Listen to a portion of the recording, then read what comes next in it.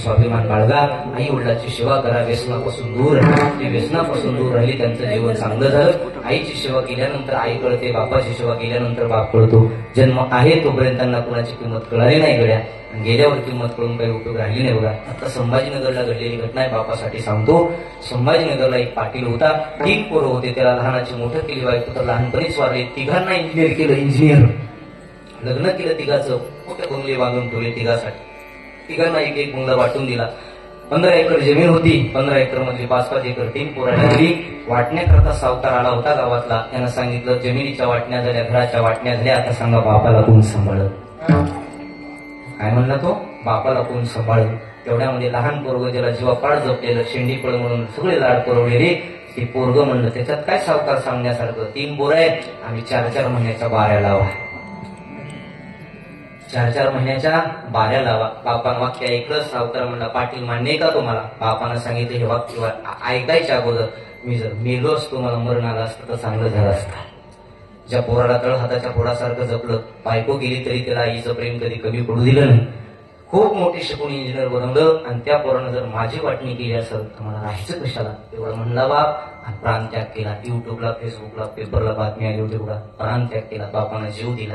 आणि गल्ली ते दिल्लीपर्यंत प्रत्येकाला असं वाटतं मी मोठं झालो पाहिजे, माझ्यापेक्षा गावातला गल्लीतला माणूस मोठा झालाच नाही पाहिजे, अशी प्रत्येकाची इच्छा सर. असं एक तळमळ करणारा माणूस आहे आपल्या घरात. रात्रीचा दिवस, दिवसाची रात्र, हाडाचं काढ, रक्ताचं पाणी करतो, आणि त्याला वाटतं फक्त माझ्यापेक्षा माझी पोरं मोठी झाली पाहिजे, त्याला माझ्यापेक्षा माझी लेकरं मोठी झाली पाहिजे. माझं जीवन कष्टात गेलं असेल, दुःखात गेलं असेल, जाऊ द्या, माझ्या लेकरं सुखात गेली पाहिजे, लेकरं सुखात जगली पाहिजे. ह्यापेक्षा असते ना माता मौल्यावर तुमच्या जीवनातला तुमचा बाप गेला, हक्काचा मुराळी तुमचा निघून गेला. भाऊ कितीही मोठा असू द्या बघा, पण बाप तो बाप असतो.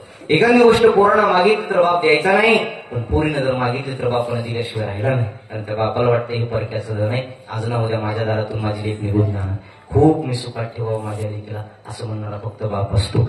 90 वर्षाचा बाप माहेरात असू द्या, 60 वर्षाची 65 वर्षाची मुलगी सासरी नांदत असू द्या, दिवाळीच्या सणाला 90 वर्षाचा बाप काठी टिकत टेकत लेकीच्या दारात जाईल, जवायला इवायला गयावया करत हात जोडून सांगत लेक माझी 1 दिवसापुरती का होईना दिवाळीच्या सणाला माझ्या दारात पाठवा, असं म्हणणारा फक्त बाप आहे, फक्त बाप आहे. बाप जीवनातला निघून गेला की तुमच्यासाठी दिवाळीचा हक्काचा मुराळी निघून गेला बघा. बाप कधीच रडत नाही समाजामध्ये, रडता येत नाही पुरुष मंडळ आपल्याला समाजात. फक्त 2 वेळा बाप रडलेला समाजानं पाहिलाय. एक वेळा एकुलती एक मुलगी ज्यावेळी सासरी जाते ना, थोर मोठ्यात लग्न केले, हजारो माणसं मंडपात असले तरी बाप ढसा रडलाय त्या लेकीसाठी. आणि दुसरा बाप ज्या दिवशी पोरानं घराच्या बाहेर काढलं त्या दिवशी चौकात येऊन बाप रडलाय, चौकात येऊन बाप रडलाय, महाराज एवढं पोराला सांभाळून त्यानं मला बाहेर काढलं. आणि विनंती मी मगाची वाक्य सांगितलं होतं बघा, ज्याला आपला संसार सुखाचा करायचा आहे त्यानं बापाला निश्चित घ्यायचं. गेल्यानंतर त्याची किंमत कळते रे. एखादी वेळी आई गेली, आईची माया मावशी देऊ शकल, आमच्याकडे म्हणतात माय मरावं आणि मावशी उरावं. आईची माया मावशी देऊ शकल, नसेल मावशी तर आईची माया बहीण देऊ शकल, नसेल बहीण तर आईची माया एखाद्या वेळेस बायको देऊ शकल रे. एकदा का बाप जीवनातला निघून गेला की बापाची माया जगाच्या पाठीवर कोणी देऊ शकत नाही देऊ शकत सर. देवाच्या जरी मनात आलं चला या परिवारामध्ये थोडे दिवस बाप म्हणून राहावं, आशीर्वाद द्यावा लेकरांना, तरी सुद्धा तिच्या देवाला मर्यादा लागल्या जातात, त्याला बाप असं म्हणतात. तो बाप साधी पायाला ठेस लागली, प्रत्येकाच्या तोंडात शब्द निघतो आई ग म्हणतो प्रत्येक जण. भलं मोठं संकट आलं, एखादा साप दिसला तर सहज तोंडातून शब्द निघतो बापरे.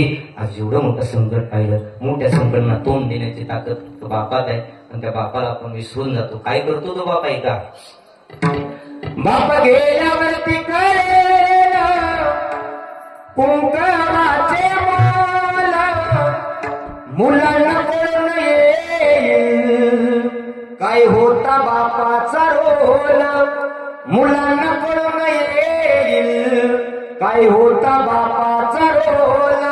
आई समजा रुक्मिणी माता, बापात विठ्ठल पहावा, आई समजा रुक्मिणी माता, बापात विठ्ठल पहावा. या 2 दैवता पोटी पुन्हा पुन्हा मी जन्म घ्यावा. जपा त्यांना त्यांच्या म्हातारपणी, बाप माझा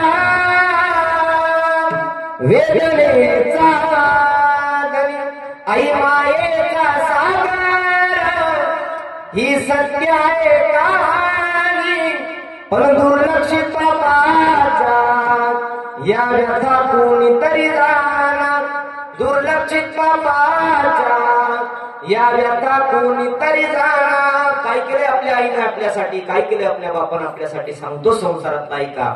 आई तव्यावरची भाकर, बाबा तव्यावरचा बलिता, भाकर करपू नये म्हणून चटके खाई माझा पिता, भाकर करपू नये म्हणून चटके खाई माझा पिता. वेदना किती जरी झाल्या तो कुणाला सांगत नाही, फक्त गरजा परिवाराच्या तो पूर्ण करीत नाही. काय करतो तो? दुःख लपवून हसतो वरवरुनी बाप माझा वेदनेचा. आयुष्यभरात खूप कष्ट करतो बघा. एकदा का बाप गेला रे गेला, की जगात दुसरं त्याच्याशिवाय कोणी नाही, कोण नाही त्याच्याशिवाय. महाराज जे तुकोबरा सुद्धा म्हणले, बाप करी जोडी लेकराची ओढी, आपुली कुरवंडी उभारणे किंवा मागवणी. त्या बापानं आपल्यासाठी खूप केले रे, पण आपण विसरून जातो ना त्या बापाचं. म्हणतात माझ्या डोळ्यातली असव कोणी मायेन पुसताना, पुरी हुंद कदात तो या गोष्ट बापाची सांगताना. काय केलंय आपल्या बापानं आपल्यासाठी? आठवण आपला प्रत्येकाचा बाप. आपण जर लहानपणी रांगत रांगत बाप जर जेवाय बसला तर त्याच्या ताटात पाय ठेवलाय आणि बापाच्या मांडीवर बसलाय. बापानं राग नाही केलं, त्या बापानं काय केलंय? माझ्या इवल्या मुखाला भराविला घास कुटका, दूर बोब कष्टात पण तरी मी सुखात. माझ्या आयुष्याचं त्यानं कसं भविष्य लिवलेलं, कोणी गुंड कादात तो या गोष्ट बापाची सांगताना. माझ्या डोळ्यातली असव कोणी मायेन पुसताना, कोणी गुंड कादात तो या गोष्ट बापाची सांगताना. आयुष्यभर ज्या बापानं आपल्यासाठी रडला, आयुष्यभर ज्या बापानं आपल्यासाठी कष्ट केलं ना, त्या बापाला जपा. गेल्यानंतर त्याची किंमत कळते, गेल्यानंतर त्यांची किंमत करून काही उपयोग आला नाही बघा. रोज पांडुरंगाच्या पाया पडून तुम्हाला पांडुरंग भेटेल का नाही सांगता येत नाही. रोज पांडुरंगाच्या पाया पडून तुम्हाला पांडुरंग भेटेल का नाही सांगता येत नाही. पण तुम्ही जर रोज मायबापाच्या पाया पडला तर पंढरपूरचा पांडुरंग भेटल्याशिवाय राहणार नाही. पंढरपूरचा पांडुरंग परमात्मा भेटेल ताकद आहे त्यांच्यामध्ये. मग खूप तळमळीने सांगतोय सर, ही सगळी मंडळी संपर्कात आली आहेत माझ्या. जी परळीला ही वारकरी शिक्षण संस्था चालवतो ना, त्या राज्यावर 250 मुलं आहेत आणि जवळपास 43 मुली आहेत सर. 43 मुली आहेत. या मुलीपैकी आहे तर एक नरवडे मुलगी आहे, कीर्तन करते आमच्या मंचकरावची पार्टीतली आहे. गोविंदरावची मुलगी आहे. त्याच्यात असे बघा, त्याला आई नाही, ज्याला वडील नाही, त्यांच्याकडून 1 रुपया न घेता परळीला शिक्षण घेतो. 1 रुपया न घेता महाराज शिक्षण. त्या लेकरांना कळतो आई गेल्यानंतर काय असतं, बाप गेल्यानंतर काय असतं. जावे त्याच्या वंशात तेव्हा तुमचे सुद्धा डोळे भरून येतील. ज्याला आई नाही, ज्याला वडील नाही, अशा एखाद्या लेकराला जवळ घ्या आणि त्याला विचारा, तुझी आई असती, तुझा बाप असता तर तू काय केला असता. कळेल त्याची भावना तुम्हाला. खूप अवघड आहे बघा, कठीण समस्या असते. म्हणून मी माझं मत आहे, आपण जन्म देत्या मायबाबाला सांभाळा. पुन्हा एकदा झालेली सेवा पांडुरंग परमात्म्याच्या चरणावरती समर्पित. तुमचे 2-3 मिनिटं जास्त घेतले वाटतं हे त्याबद्दल